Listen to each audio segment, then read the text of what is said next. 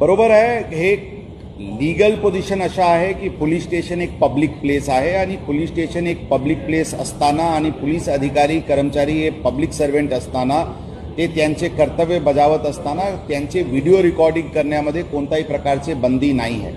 पारदर्शकपण आणण्याच्या दृष्टिकोनातून ज्यांना पोलिसांचे व्हिडिओ रेकॉर्डिंग करायचे ते करू शकतात आणि कोणी त्या रेकॉर्डिंग करत आहे म्हणून त्यांच्यावर कारवाई करणे किंवा त्यांच्याशी उद्धटपणे बोलणे अशा करू नका अशी स्पष्ट सूचना यापूर्वी देण्यात आली होती आणि परत ती सूचना पोलिसांना देण्यात आलेली आहे. रस्त्यावर पण आम्ही काम करत असताना कोणी आमचे व्हिडिओ रेकॉर्डिंग करू शकतात, त्यामध्ये पण कोणत्याही प्रकारची बंदी नाही आहे.